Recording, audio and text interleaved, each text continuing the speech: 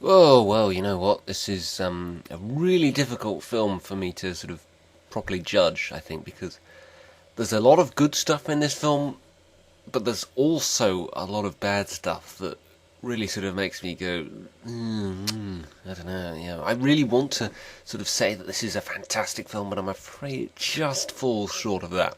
Basically, this is about this guy played by Robin Williams called Daniel Hilliard, who divorces from his wife, and basically he's addicted to his kids. He wants to spend more time with them, so logically, of course, he decides to dress up as a woman and pose as their nanny.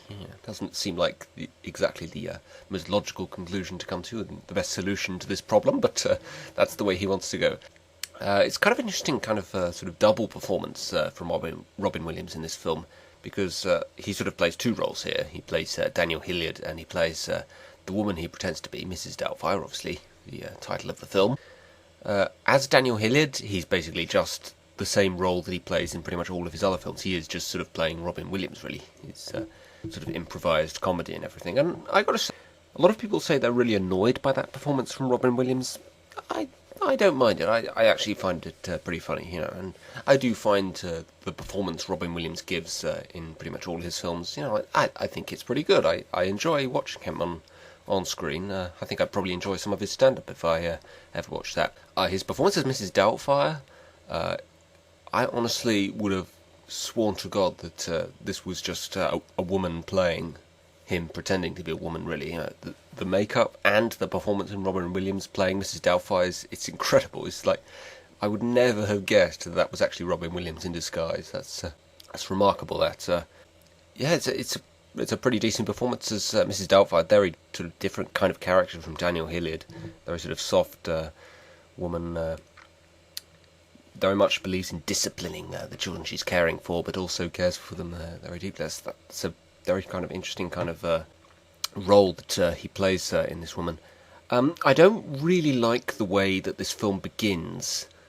It portrays Daniel as kind of a bit of an arse, really. He loses his job, and then he throws a party for his son Chris without the wife's permission. And it actually starts out with the parents still being together, and then we sort of see basically what pushes his wife Miranda over the edge and decides that they need to get a divorce.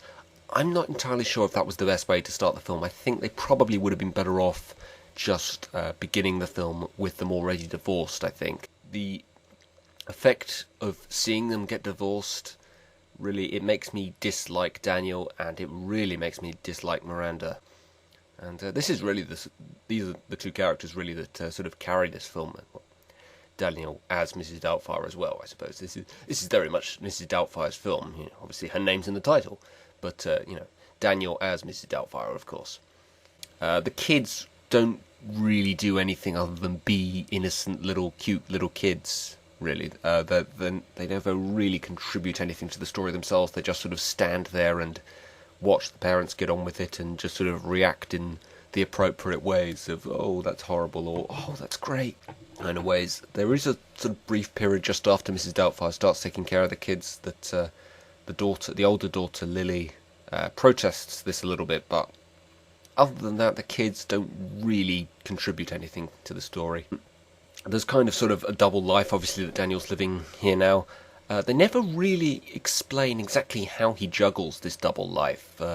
Nobody ever sort of points out that, he's missing for long periods, or Mrs. Doubtfire's missing for long periods. Nobody ever bothers to inquire, what does Daniel do during the evenings? What does Mrs. Doubtfire do during the day?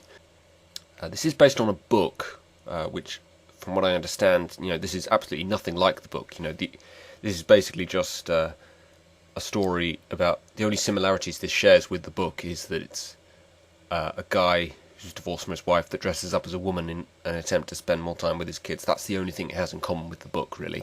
So, I don't know, maybe that's better explained in the book. But it certainly isn't particularly well explained here.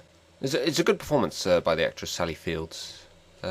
She's sort of the norm, basically, the control character, just the down-to-earth, speaks for the audience, the voice of reason type character, but also kind of a bit of an arse herself in the way that she forces in the divorce. And then kind of the way that she won't let the kids spend any time with their father or anything. That's kind of awkward. And then another love factor, played by Pierce Brosnan, would you believe, is introduced sort of, I don't know, about a third of the way through the film, maybe about halfway through the film. And Daniel is still in love with Miranda. Miranda's just not in love with him anymore. So obviously he's jealous. And that never really goes anywhere. I mean, the ultimate climax is that him as Mrs. Doubtfire decides, to play a trick on him, and ends up becoming a bit more serious than he'd originally thought, because he ends up choking on this food that he knew he was allergic to. And in giving him the Heinrich maneuver, he ends up revealing himself to be Mrs. Doubtfire. That's really the only sort of real purpose the Pierce Brosnan character really serves, other than just to make Daniel a bit jealous, really. He doesn't really contribute that much in terms of, the dilemma that Daniel is living as Daniel and as Mrs. Doubtfire. This never really goes anywhere. In fact, after he's been revealed to be Mrs. Doubtfire in kind of sort of comedic circumstances, I don't think we actually see the Pierce Brosnan character ever again. We're never even told, does Miranda decide she still wants to be with him, or does she just decide, oh, you know what, you were the reason why I found out Mrs. Doubtfire actually wasn't real, so I'm going to dump you now. The Pierce Brosnan character, he certainly doesn't do anything wrong during this film. You'd think, given that he's playing the role of the alternate love interest of the person that the protagonist is still in love with, you'd assume that he'd be a jerk. He wouldn't be a particularly nice guy, and eventually the sort of happy ending of it would be Miranda would decide, you know what, yeah, you're a jerk, I'm not going to see you anymore. But no, he's just a sort of normal, nice guy, really.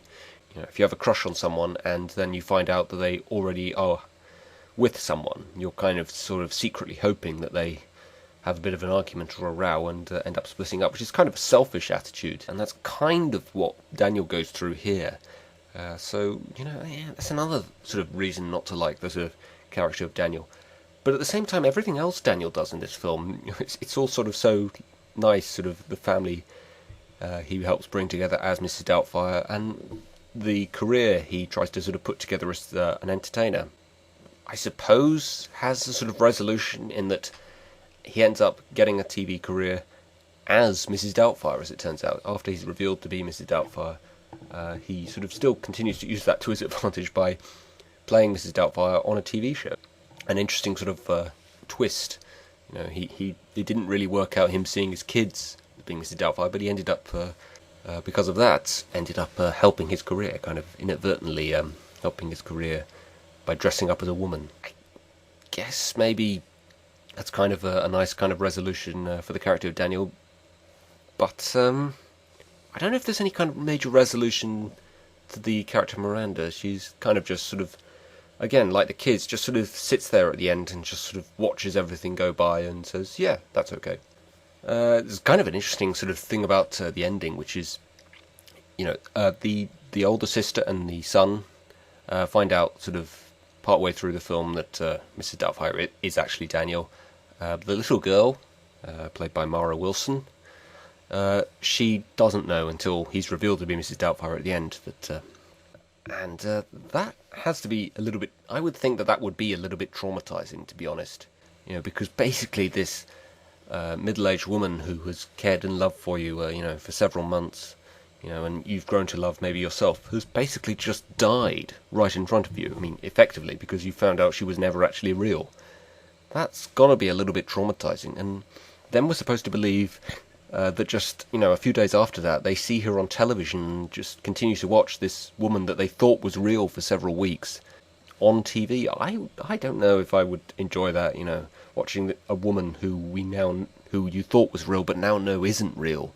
That would be kind of weird. I don't know if I would enjoy that kind of experience. So that's another sort of element of the film which isn't particularly explored. The sort of how traumatizing it might be to just suddenly discover that someone you thought was a real person actually, and you knew quite well for several weeks, actually isn't even real. That would be a little bit traumatizing to me. I really liked the ending though, because the parents don't actually get back together.